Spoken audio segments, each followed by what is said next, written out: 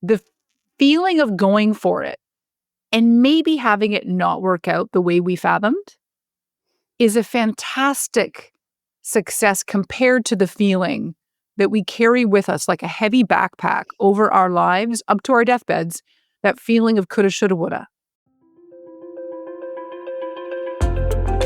Welcome to How to Trust Yourself, the podcast for anyone who's done with the endless second guessing and ready to tune in to your inner guidance. I'm Anna Holtzman, and I get that feeling of trudging through life like you're wading through mud, trying to figure out which way to go. In my 20s, I spent more time asking what should I do with my life than writing about crushes or bad dates in my journal. I've tried on a lot of answers: architecture, publishing, editing reality TV for a decade, and finally landing on therapy and coaching, helping people like you connect with your purpose. But here's the thing I've learned through all those twists and turns. Trusting yourself is the key to moving forward, even when the path feels messy. So if you're ready to stop doubting yourself and start listening to your gut, you're in the right place. Let's dive in. Welcome back, dear listener. Today's episode is a bold, funny, life-affirming invitation to wake up, stop drifting through your days, and start living like your life actually matters. Because, spoiler alert, it does. My guest is Jodi Wellman, speaker, author, and recovering corporate exec turned aliveness evangelist. Her mission is to help us live with fewer regrets and more zing while we're lucky enough to still be above ground. Her book, You Only Die Once, is packed with wisdom, wit, and practical tools for breaking out of autopilot and living like we mean it. In this conversation, we talk about the grief that woke Jodi up to her own mortality, what it means to be a highly functioning zombie, and how death can actually be one of our most clarifying motivators for truly trusting ourselves to make bold choices, to say yes to our dreams, and to build lives that feel astonishingly alive, not just productive. This episode is for anyone who's ever felt stuck in a life that looks fine on paper but feels flat. And if you've ever been secretly wondering if there's more out there for you, Jodi's perspective might be the loving wake-up call you didn't know you needed. Let's get into it. Jodi, it's really, really fun to be meeting you after I've been watching your hilarious videos on Instagram for a while and listening to your hilarious book on Audible. Thank you so much for being here. Oh, well, thanks for the warm welcome. I'm glad that you are a fan of the dark side. I'm happy to be having this conversation with you in advance. A big fan of the dark side and bringing humor into the dark side, which we'll get into very soon. But for folks who aren't yet familiar with you, could you share with these listeners what it is that you do and who your work is for? Sure. Well, I started 4,000 Mondays, and just as maybe it's a spoiler or not spoiler, I don't know, roughly 4,000 weeks is what we get this go around in this life. And so I work as a speaker on stages doing keynotes and workshops, and a writer of my book and a weekly blog every Monday, of course, because 4,000 Mondays, you can't put a blog out on Wednesdays when your company's called 4,000 Mondays. And annoyingly, for the marketing experts in the room, you'll be like, oh my gosh, this is the worst thing ever. Because I like to say that my demographic is like people who might die someday. And then it's like, okay, well, how do you maybe get a little bit more granular Very with that? niche. Yeah, right. I'm not talking about the animals. I've already eliminated them. Yeah. But it really like those of us just like wanting a little more out of life, which really is everybody. So whether it's sort of like busy go professionals, or those of us that have that niggling sense like I'm going through the motions, and sometimes I feel like I'm on autopilot, and oh, wait a minute, like, am I making the most of this life? Of which, most of us could just answer no. Like some of us have to work, some of us have to look after other people or pets, but wanting more from this experience of being alive. And so that's what gets me excited, and that's who I'd love to help.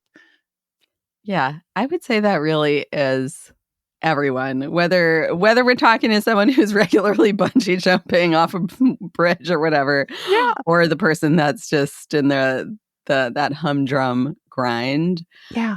Um, and how did you get here? Because, Mm. I think like most people who I Mm. speak to on the podcast, you've gotten here through personal experiences. What Yeah. led you to this work that you're doing? Yeah.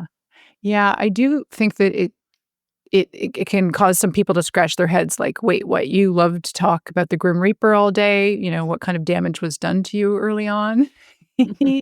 And I have always had a general interest in the weirdness of live like we mean it.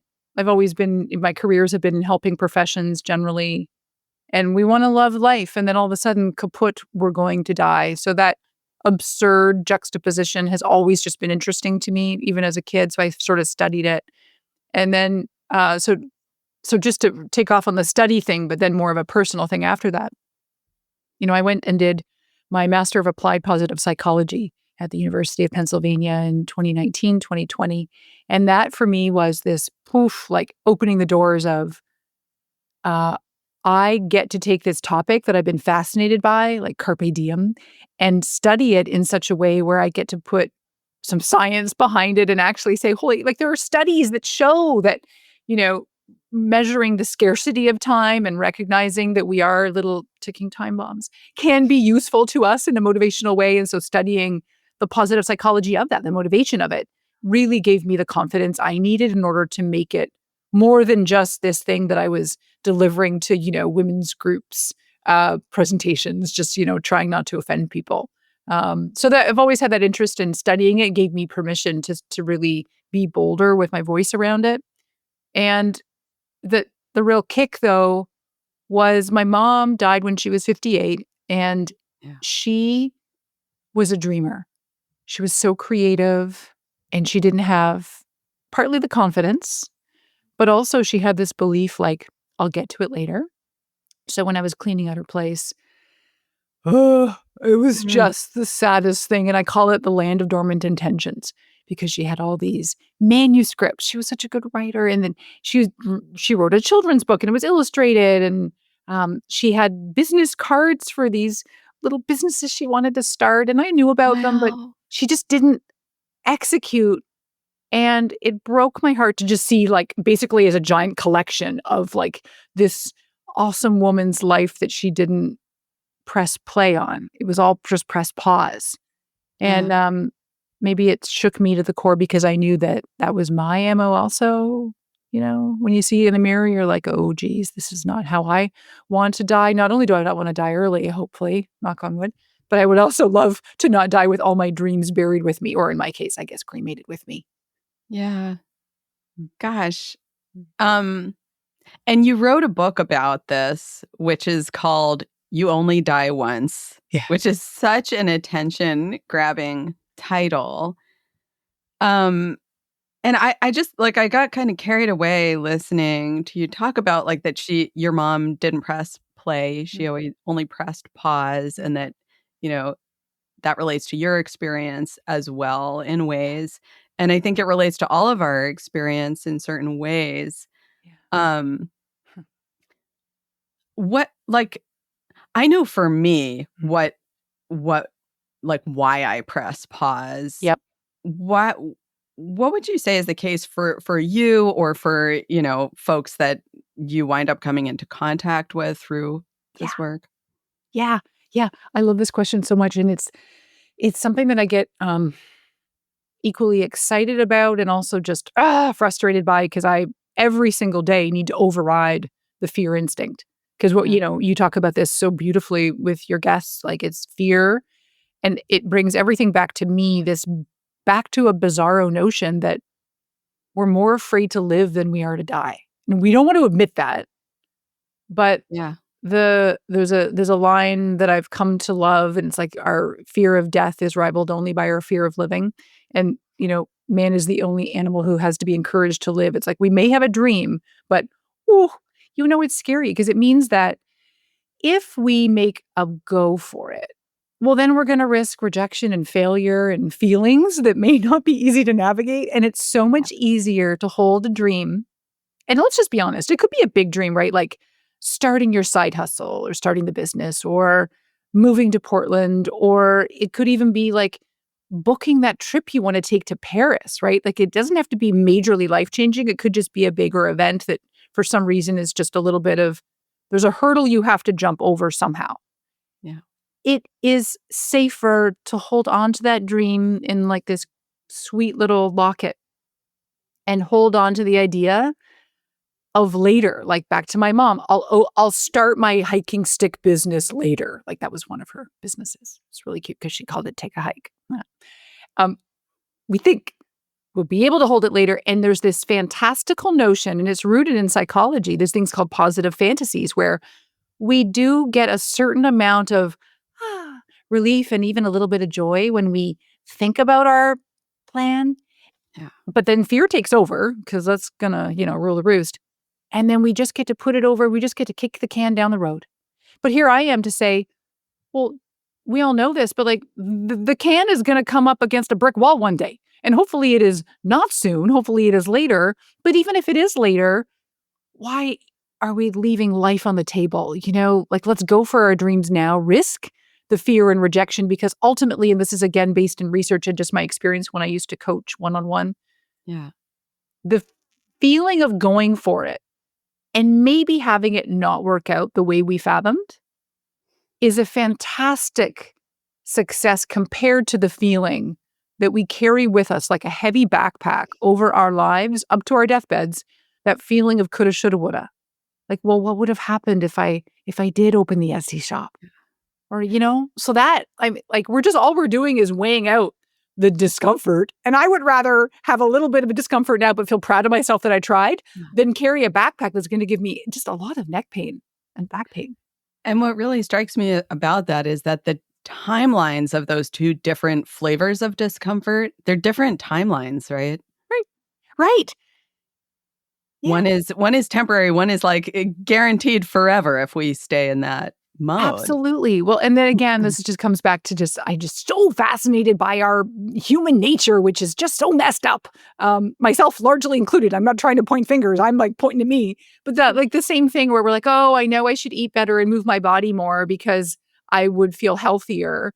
But we don't want to do that but instead we'll just decide to like lack energy for years at a time, but knowing that can be to our advantage. And this is why I do see the merit in jostling people with the idea of death, because we need it. We need the shakeup. This is what I really want to ask you about this, because like the title itself of your book, and then this is continued in the book itself, like it is jostling. When I first saw that title, You Only Die Once, I was like, oh, like I feel really jostled by that. So, and it could be scary. Like someone could feel scared when they hear that. Yes. So, like, what is the dance that you do with yourself and encourage others to do to kind of like shimmy ourselves out of that frozen or like dead possum state that fear can put us into? Okay. I'm already loving the shimmying dead possum. I need to doodle this immediately. Okay. Yeah, this is so good. Okay. Studying positive psychology. It is in theory based on like the study of well-being, the things that make life worth living, all the glorious stuff. And like, let's just lament for a minute again, our human nature, that many of us can be self-motivated to go after a goal and just pure motivation, go for it. And yet many of us need this negative aspect. We need the nudge about what could go wrong. Like, again, the doctor needs to tell you, oh, honey, you're going to have a heart attack tomorrow unless you exercise. That's the nudge to exercise, right? Yeah. I'm here to show up and rankle and say, you're fucking dying. But I love you, but it's happening. And let's count how many Mondays you have left and use that as just the right amount of discomfort that is necessary to elicit fear. Like most people listening and us together, like, let's talk about this. A big life event oftentimes has had to happen to us. We may have had the idea, but like maybe it's because the job ended on you, or you your relationship ended because they broke up with you, or you Yeah. had a tornado hit your house. Like there's an inciting event that often has to happen to us. And so this really is our own homemade way of saying, give yourself a very miniature existential, not crisis, but existential angst. And that's what we Yes. need in order to make that move. I am prepared for people to be just uncomfortable enough to then let motivation take over, not to dwell in it and be like, great, thanks, total downer. I'm going to die. I already knew that, but now I'm going to have a pity party. Most people don't dwell on it. But does that make sense? Like we need It the nudge in a totally bit of a, does. like, I want to pinprick you, but I do want to poke you. It makes so much sense. And this is so good and so juicy, Mhm. really specifically for this podcast audience. Yes. And I have a follow-up question, but I first just want to share. Um, this reminds me, I have 3 cats, and they teach me so much about just like fear and being alive and all that stuff. And we started off with 2 cats. They're sisters. They're pretty small. And then this third large, very male, masculine cat came into our lives. And one of the sisters was terrified of him. And she lived under the couch for the first week or 2 of his being here until and then he came over to the couch one day. Like, not only was he in the house, but he started to get up in her space and she Oops. couldn't freaking take it anymore. Uh-huh. And all of a sudden, like, pow, she like exploded out from under the couch, beat him up. I mean, he's twice her size at least. And it changed her personality permanently from Really? being a cat that was just like always Timid. pressing pause and hiding under things Yeah. to the cat that was like, "Fuck it, I'm gonna leap onto the," like, she Yes. became a confident cat. Oh, This because relates, she right? had to have the threat of the dog Yes. coming at, or the cat He coming is like a at dog. We her. call him Boondog. I That's his love it. nickname. I love it. By the way, I am a deeply devoted cat mother, so I'm right with you Oh. with this cat metaphor. Yeah, our Andy's 18 and he's teaching me about like being on the cusp of death, for God's sakes. Anyway, this is Yeah. so cool because we need it. And so what does this mean? Like, I do think we can rig our lives, and everything we read is about like life hacks and whatever. And yeah, like whatever it's going to take to get through our days and our nights. And I do think that if we can fast track it by the threat, it's not even a threat, but the reality of the Grim Reaper is out there. He's watching on his. He's got a body camera, or like he's got all the live cameras on you. And so let's use that to have just enough discomfort. And then maybe we need to do the things too, which I hear what you're saying. It's like create the inciting event, create the epiphany. So I've done research also in what it takes to cause an epiphany in our lives, which really is just like it's like a quantum change, or like the equivalent of a near-death experience. I love the idea of that. It's a whole chapter in my book of, and I'm so envious of people who've had them, because for most people who've had them, it has woken them up in ways that is very profound. Like they know what to prioritize, what to deprioritize. How do we do that without almost dying? Right. So it might be like a little bit of a fuck it, I'm going to book that trip to Paris then. Or fine, I'm going to go and book the trip to Portland so I can go look at real estate and actually make this thing happen. Like diving into okay, maybe it's the deep end. Maybe for some of us, it's that you're going to hire a scuba instructor, or maybe Yes. it's just that you're going to more than dip your toe in. It's like, if you need to create that change, maybe it does mean diving in with your nose plugged. I don't know. Yeah, totally. So I wanna get a little bit more granular with this because Mhm. what I heard you say also, like, just a little bit ago, you said, Mhm. like, we need just the right amount of Mhm. discomfort to motivate, and this is very relevant to this podcast audience Yes. because for the most part, this audience, they relate to me. So, No. like me, Yeah. I when I met my husband on Tinder, Mhm. and my profile said the last things it said was, um, allergic to loud crowds and extreme sports. Like, I don't love labels, but highly sensitive person, I do relate to that. And so this Yes. audience tends to be Yes. folks who relate to that. Yeah. And something that, like a question that just comes up, Yeah. from most coaching clients that I work with Yeah. is how do I get out of park and Mhm. into drive Yep. without like Yeah. careening down the hill, hitting a wall, Yeah. having like a flare up of chronic symptoms, Yes. hitting burnout, and then like being out of commission for the next 5 years of my life. Oh, totally. Right. Because then there's that thing where it's like, you train yourself that, well, that kind of living isn't like going forward isn't for me because every time I Yeah. do it, I crash and burn. Yes. Yeah. Precisely. Yeah. Precisely. Totally. We're impressionable that way. And I also identify with that kind of all or nothing mindset too, which is easy to get into. It's like, Yeah. balls to the wall, I'm living. And then all of a sudden it's like, I don't want my balls on the wall. I just want them. I don't know where I want my balls, but I just want them contained. And so I agree with you. And I'm very sensitive also to this topic because maybe counterintuitively, like I am a total introverted homebody who Yeah. I talk about like living with vitality. I talk about living with astonishing aliveness. And so I chose the word astonishing, which I realize is a potential turnoff, like not as much of a turnoff as talking about death. But anyways, those two things together, I'm surprised anybody listens or reads to my shit. But I want to measure this and say, or like calibrate it maybe and say, Yeah. this is about like usually it's a small dose at a time. And it's being very Yeah. mindful about you and saying like, what makes me tick and what ticks me off? If I all of a sudden want to live this like astonishingly alive life and I get confused and think it's going to mean all these social outings or all these things, I would rather die, like, kinda like what you would put in Tinder, right? Like, "No, Totally. thank you." Like, please just, like I won't talk about ways to die, that's very dour, but, uh, it's picking a thing.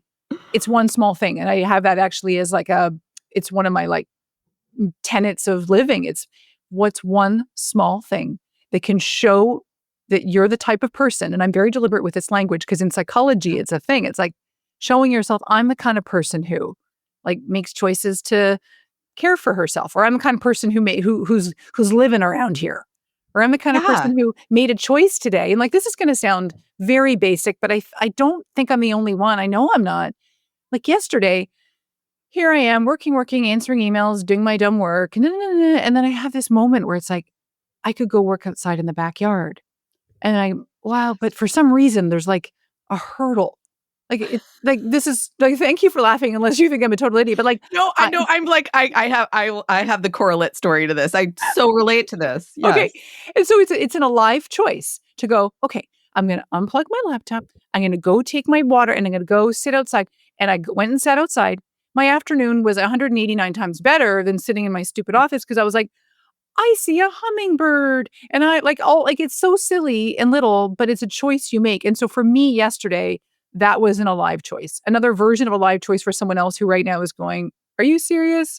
Is registering for the pickleball lesson that you want to take. Like go online and do it, Yes. right? Or it's being aware and saying, I really have been thinking for quite a while that I want to volunteer at the cat shelter.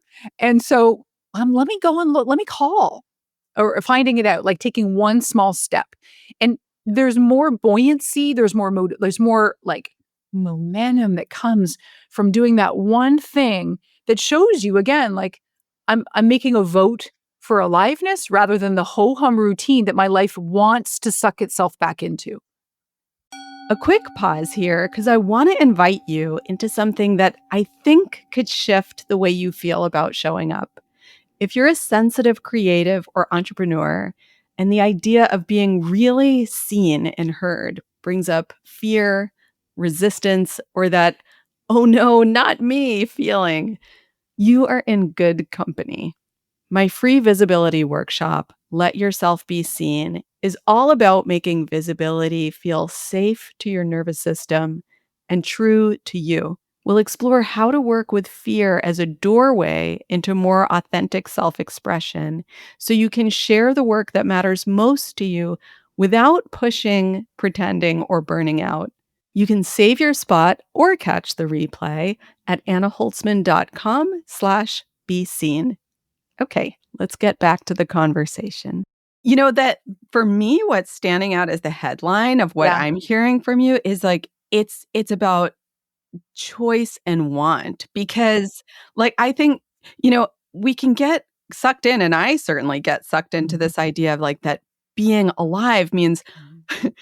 whatever it is that I saw, you know, on someone else's Instagram that's Mhm. like, oh, well, they're really alive because they're doing whitewater rafting, and they're having like 5 dinner parties in a week and whatever, and they're cooking.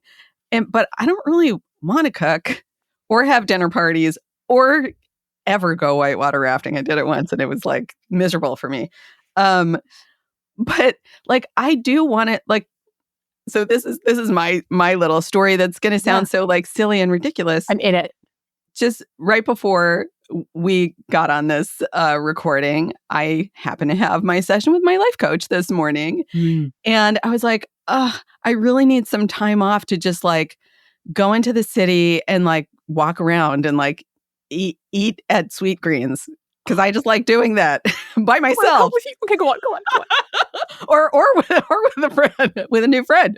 No, But go on. so I was like, but I have this rhythm with my podcast where every other week is a guest and every other week is a solo episode. And I have like a backlog of guest episodes. So like I don't need to rush with that, but I don't have a backlog of solo episodes. So I need to record it today, this afternoon. And then I can't go into the city. And she's like, why don't you just do 2 guest episodes back to back? And I was like, wait, what? Wait, which did you speak of? I was like, wait, so just choose to do that? Just just because I want to? Oh, right. Make Like, your own rule, right? has nothing to do with my concept of, like, grabbing life by the balls is. I don't know why, but it goes to bungee jumping, and I'm like, "I don't wanna do that." Yes, it's the extreme. Your coach Ah, is worth whatever you're paying your coach. I love oh, that very much story. so. Yes, yes. It's like things that we get into you're identifying this, natural thing where, like, we make a rule up or we have a rhythm or a routine Yep. and we lock and load, and it is kinda smart, like, it makes us efficient, it makes us not have to think as much about silly things because there's more than enough to think about that and but sometimes we become what I call, like, highly functioning zombies, right? And so you were locked and loaded into this, "I must do every other week, and now I can't go down, I can't meander and have amazing sweet green, and please have a piece of pizza for me." And I can't do that because I have but says who? And, like, what if we shook it up? And so my whole thing is, like, taking this little Yeah. snow globe of life. And for some people, shaking it up so that the snow goes everywhere is nauseating. Okay, but what if you just took it and went like, and just shook it a little, change your morning routine or change your podcast rhythm or go and try a new food or like, so I dare you when you go to, oh my gosh, when you go to Sweet Green, do you always get the same thing? What are you going to Always the get? same thing, but that's my Oh, pleasure. is it? Which one is it? Can I ask It's you? it's like the harvest Oh, the hardest something bowl. or That other. is a good Harvest one. Yeah, bowl, I know yes. what you mean. Yeah. It's so good. You're allowed to get if it makes you happy, you are allowed to get it again and again. Anyway, but you've what a cool illustration. I love your story. I love this so much. What like are there some other perhaps tools or examples or like some of the stuff that like goodness that's in your book, You Oh, Only Die Once, that would help the listeners of this podcast get mhm. a picture of like how they can feel more alive without necessarily going whitewater rafting if they don't like that, or doing Right. it if they do like Yeah, that. I like how you're doing a thing that I think most of us do, which is like, let's just note that, like, back to the, like, all or nothing or, like, one edge of the guardrail to the other, like, it living a life of aliveness is very unique to you, and it doesn't need to be back to that idea about the bungee jumping or the whitewater rafting or, like, whitewater bungee jumping. Maybe that's a thing. Maybe that's a new extreme sport. Uh, Hell I one of for the me. things that I think is crucial, and then we lose touch with it, especially, I'll just gender this and maybe piss some people off, but, like, it's often a female caregiver thing where people are, are busy looking after other people or busy whatever. It could be male, female, non-binary, whatever. We don't often know what it takes to make us happy anymore because we're lost the plot. And so there's an exercise in the book, but I also like looking at life according to like a framework with dimensions of like living wider and deeper. And so, wider is living wider with vitality. That's more of the fun, the pleasure, the neat things we might want to do that give us just simple joy. And then the deepening life is associated with more of the meaningful stuff, like really heartfelt relationships, or maybe it's spirituality, or it's doing something that feels like you're connected in some way. It could be that's back to the volunteering type stuff as just one example. And I think for many of us, it's sitting down, maybe at Sweetgreen. This post or this episode is clearly sponsored by Sweetgreen. Yes. And they don't know it. I hope they give you a lot of money. I just love it. And sitting down, for me, it would be obviously with the martini and being like, what are the little things and the big things that actually make me feel alive and feel just a little bit of joy? And that is not your pressure list of things I must now do. It's not a to-do list. It's just a menu. And then you look at it and you get to see which one is resonating, which one is feeling like, ooh, if I was back to one small thing, if I was to do one small thing, or if I had a quick break in the action for 30 minutes today, because I did decide that I'm allowed to take that time and just do something, maybe in this instance, it's for pleasure or whatnot. Maybe for those listening who do like to cook, it's, like, what would be then a new spice you could use? Pull out the garam masala from the back of the spice drawer and like make something tonight with that and look up a recipe and get excited. That's aliveness. And so I think that sometimes we just need to initially get in touch, which is why the pre-mortem in my book is a big step. It's like, let's analyze what it takes to make us happy. And the answers are often there where it's like, oh, what if I just did more of those things? Oh, I always used to love going to, I don't know, the dojo, or I used to love it when my friends and I would go to brunch at that cool place before COVID, or I used to love it when I would just sit and sketch. Well, when was the last time you did that? Oh, it's been a while. Hey, that just might be your, like, maybe that's just one little thing you could say, no pressure, but in the next week of my life, I'm going to pull the sketchbook again and I'm going to suck. My sketch is going to be pure shit. And that's okay. Or I'm going to call my friends and make a date. Hey, when do you want to make a date? Now, like, I don't know about you, but like trying to make a date with people, which when I feel like doing it, rarely, it's like, oh, we'll see you in September. It's whatever. It's But not that's like fine. it was when we were in our 20s. Yeah. But at least you have something to look forward to on your calendar, which is like half of the anticipation. So I think it's about pausing and looking inward. Like, what are some of the simple things that bring you pleasure? And they could be cheap and cheerful. They don't all have to cost tons of money and take lots of time. Usually they don't, which is fun in the workshops I do, where people do admit to the, it's like going out and just spending time in their garden, or usually nature. I don't understand. I'm not an outdoor person, but some people enjoy it. You people, you. And there's tons of research which validates why it's really good for your well-being, blah, blah, blah. So yeah, like, is there something, can I get, like, what about for you? Like, what's the thing that you really know you enjoy doing and you just haven't really done it lately, or you want to do more of it? Well, when you mentioned COVID, I was like, that's when a lot of things went dormant for me. Like, I forgot a lot of the things that I like to do, because for survival, I had to get used to, quote unquote, being okay with not doing any of those things. Right. It was like, just watching a lot of television with my husband at home was my whole entire life. But yeah, like I would say I still have not gotten back into a social rhythm of just like hanging out with my girlfriends and having brunch at a frequency that would feel really good, like I used to pre-COVID.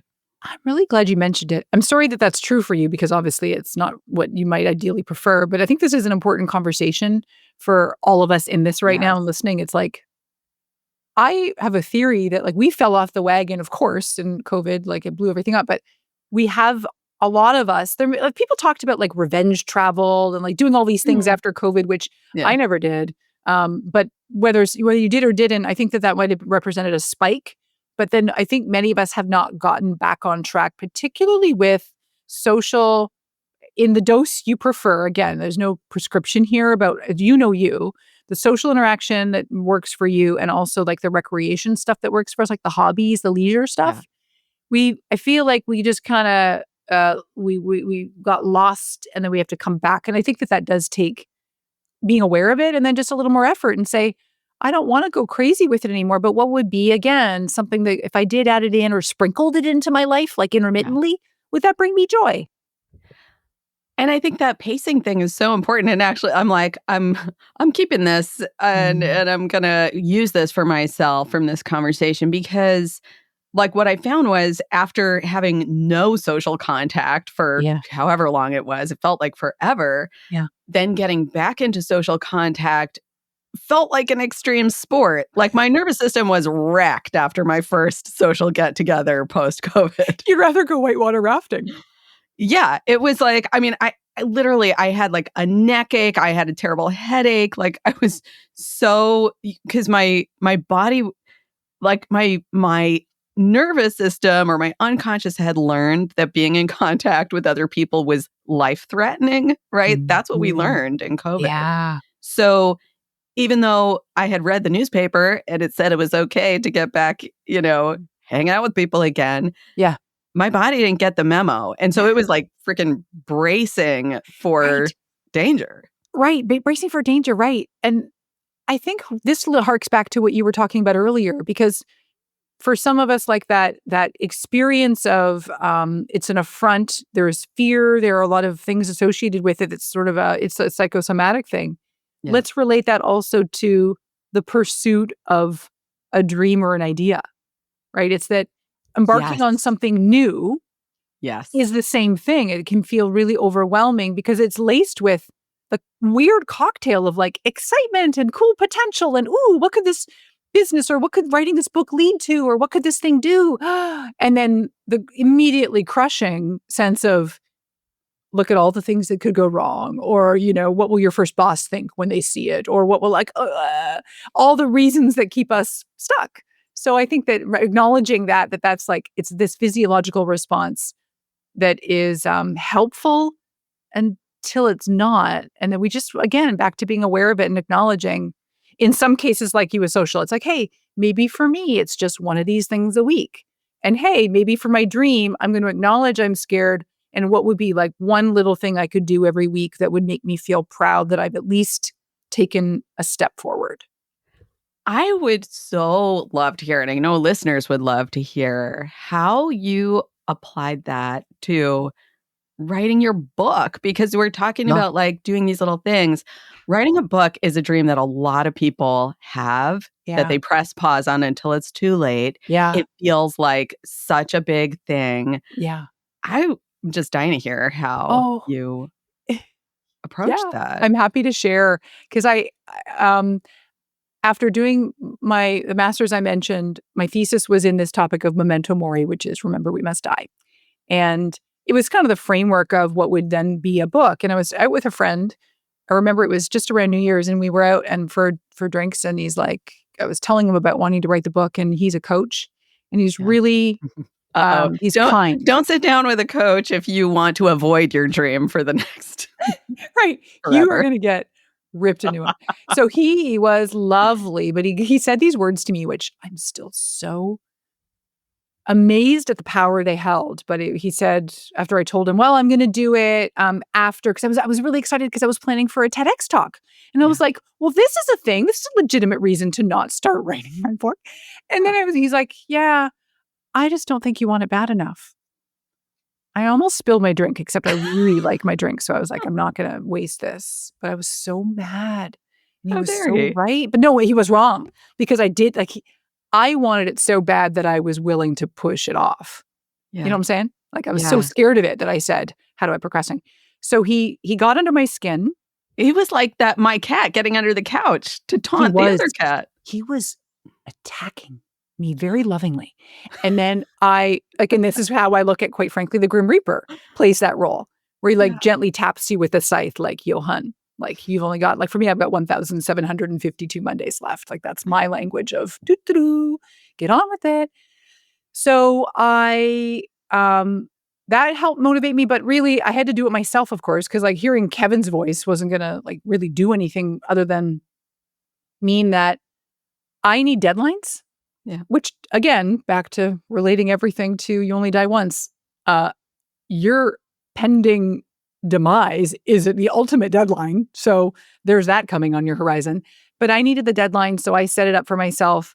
I remember saying by June 1st, I'm going to start to write out the book proposal. And then I registered for a writer's retreat, which is always a good thing. Like if you just register for something where you need, like I needed the book proposal done, I got it done in 9 days because I Wow. had to.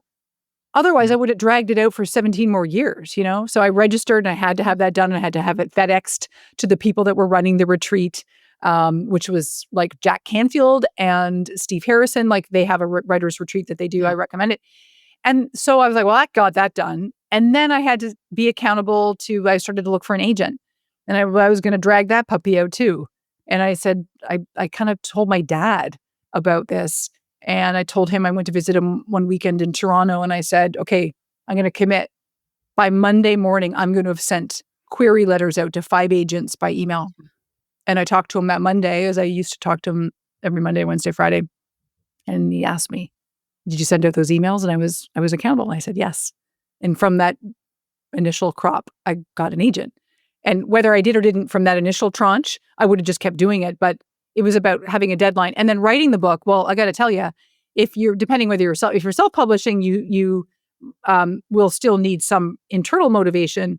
But for me, I did the traditional publishing way, and so my publisher had a due date, and I was like, I'm Yeah. on it. So having an external deadline, it posed was helpful. But I think ultimately, it's like, do you want it bad enough? And I had to be the one to teach myself and say, I am not getting any younger, and not that it has to do with age, but I do not want to get to the end and have this be an idea that is in my proverbial drawer. It's just like my mom's. And so that really was a bit of a whip crack. It's so interesting to me. I'm like, the cat metaphor totally, like, I keep mapping it onto the story that you're Mhm. telling. Cause I'm like, the deadline was like, was like Bruno, our big cat, like poking his Wasn't paw it? under the couch. And it calls forth all this, among other things, adrenaline, but also creative energy, right? It just calls forth all this energy. And suddenly you're like, I'm pouncing on this. Right. And what is that difference between the type of fear that puts us into possum mode Mhm. versus I'll just call it like the good fear that Mhm. gets our juices flowing? Yeah, I love this topic.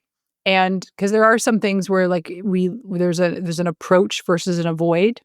Yeah. And I think that we have to ask ourselves like two questions and really be honest. So again, for me, drinking makes me honest. But you don't need to drink a cocktail while you ask this. It's am I afraid and am I feeling resistant to this because it may not be for me? You know, it's like let's consider like Yeah. you're thinking about taking a new job and you're feeling like there's that turmoil going on inside and you're like it may be because I'm not supposed to be on this marketing team or whatever, or work for this company or whatever.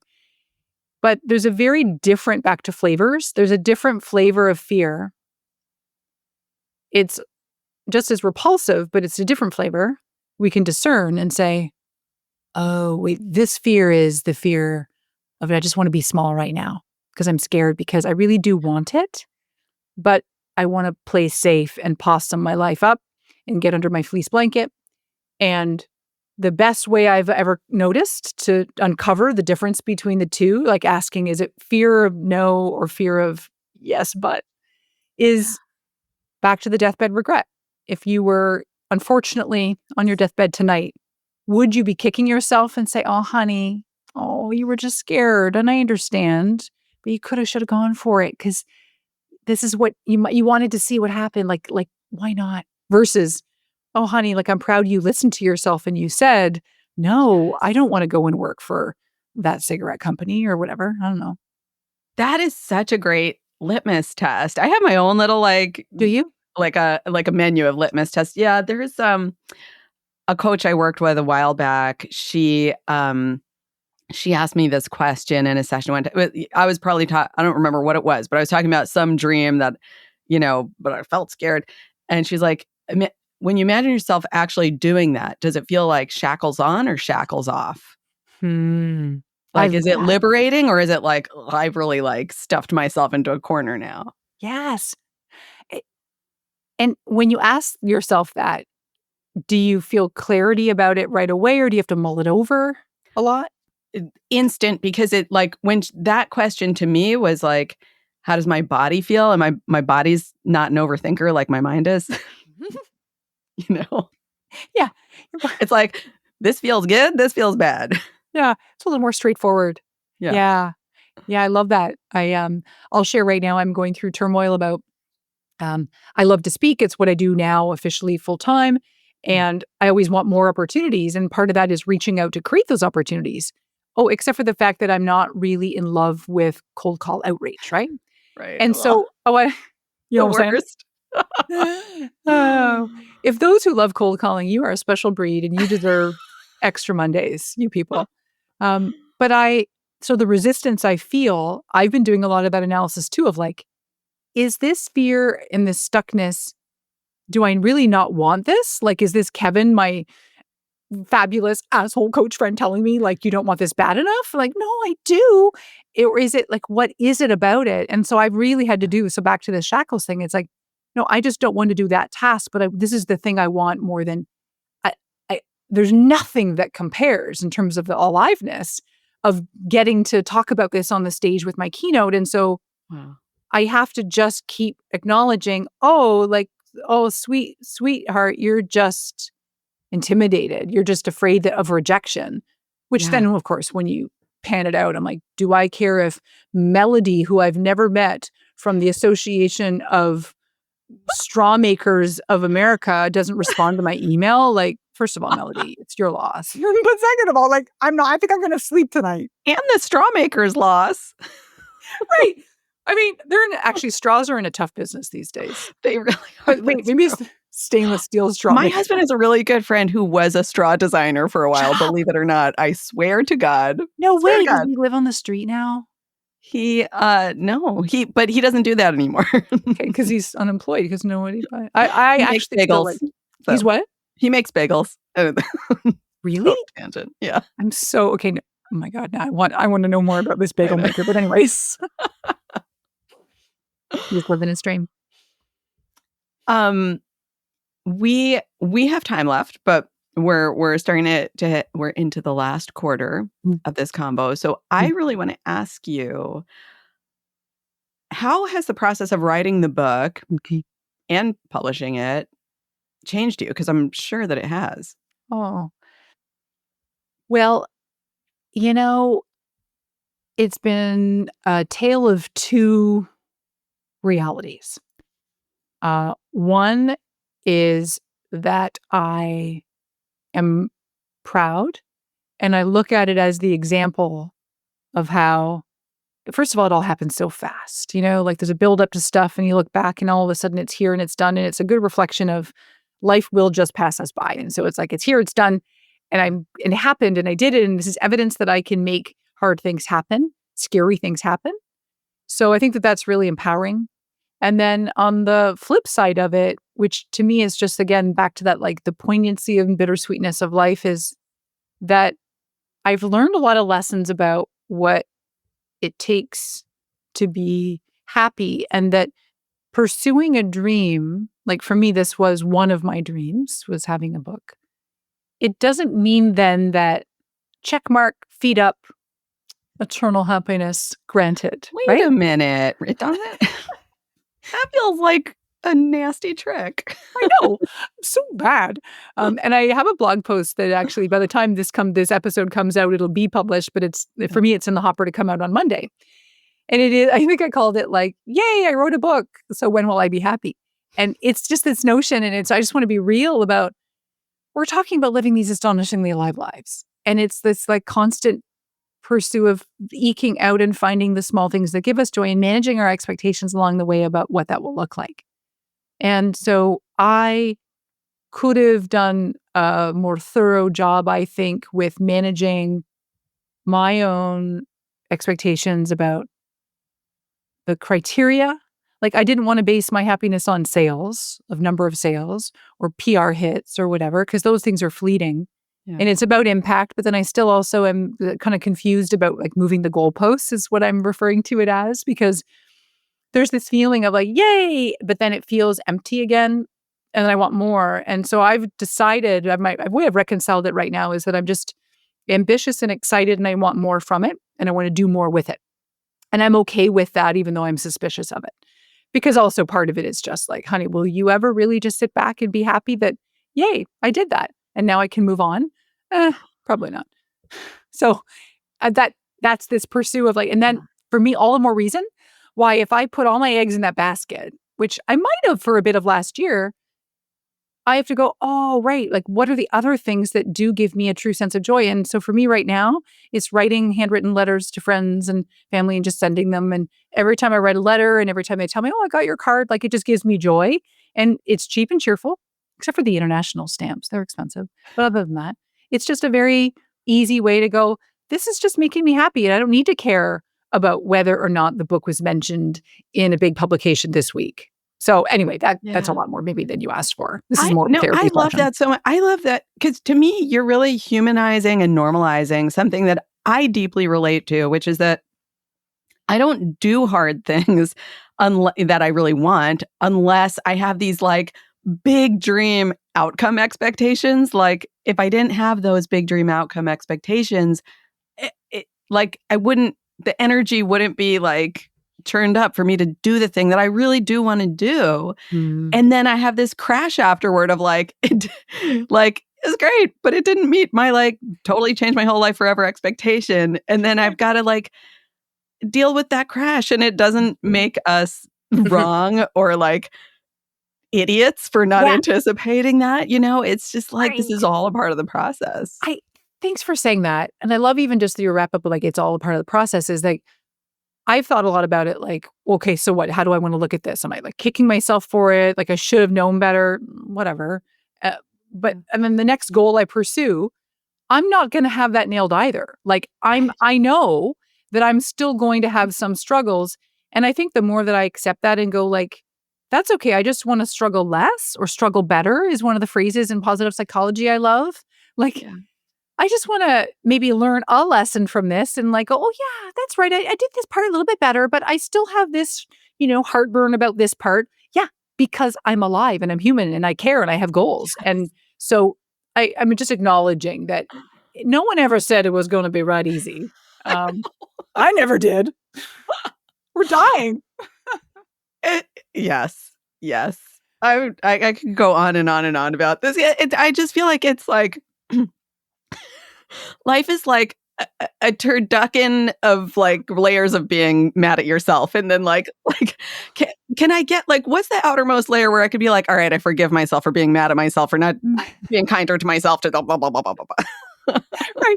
And then that's on cycle. First of all, turducken. I know. God. Have you ever made one or had one? No, but just knowing that they exist is fascinating. I agree. Like, I feel like it's not quite on my bucket list to have or to make, but I just love also a world where that exists too. Yeah. God. I have 3 wrap-up questions that I always ask every guest. And the first one, I feel like you've been talking about this the entire time, but we're just going to go there, which is, what is the soapbox message that you most want to spread through everything that you do? Mm-hmm. Befriend the Grim Reaper. He is obviously nasty and he will cut you in the end, but he is exactly the partner you need in order to be that nudging reminder that life is short, so do not postpone your existence. So to the point and so important and motivating. Mm-hmm.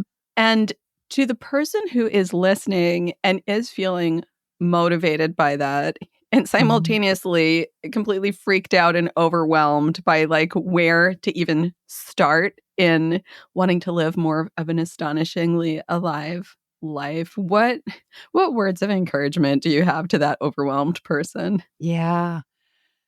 Oh, it's just one small thing at a time. Because your life is really only just like one 5-minute increment stitched together to make a day, to make a life.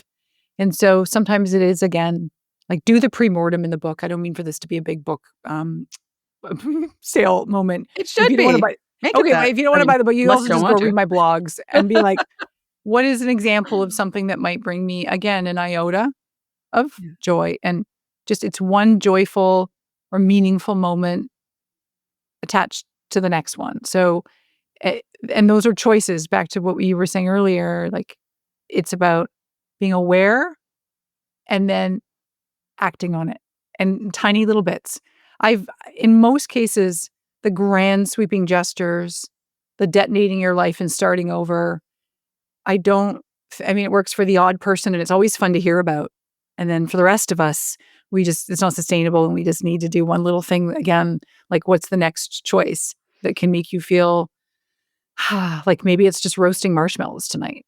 Or maybe it is just making it. Yeah. So texting a long lost friend, like a small little thing that makes you feel alive. And that is, again, the evidence that you are alive. And then that builds more confidence that I'm going to make maybe a slightly bigger choice that does not have to mean bungee jumping.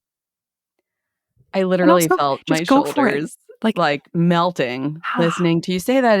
It's such a relief.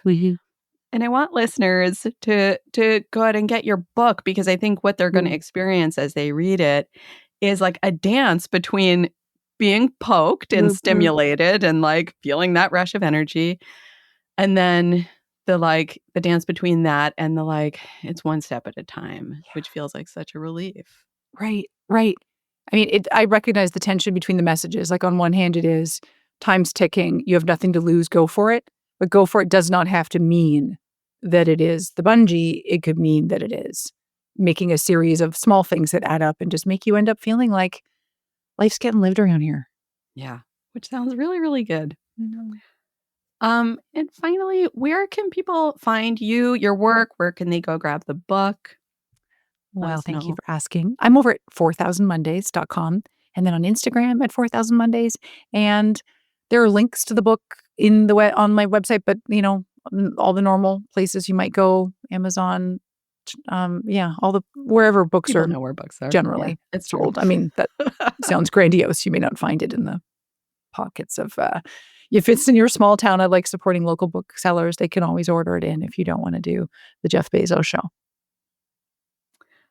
Jodi, thank you so much. It's such a blast getting to meet you and chat with you. You're so funny. I encourage people to follow your Instagram because you post really hilarious videos there, and it's just like, that adds joy to my day. I really appreciate it. Oh, that means a lot to hear. It really does. Thank you.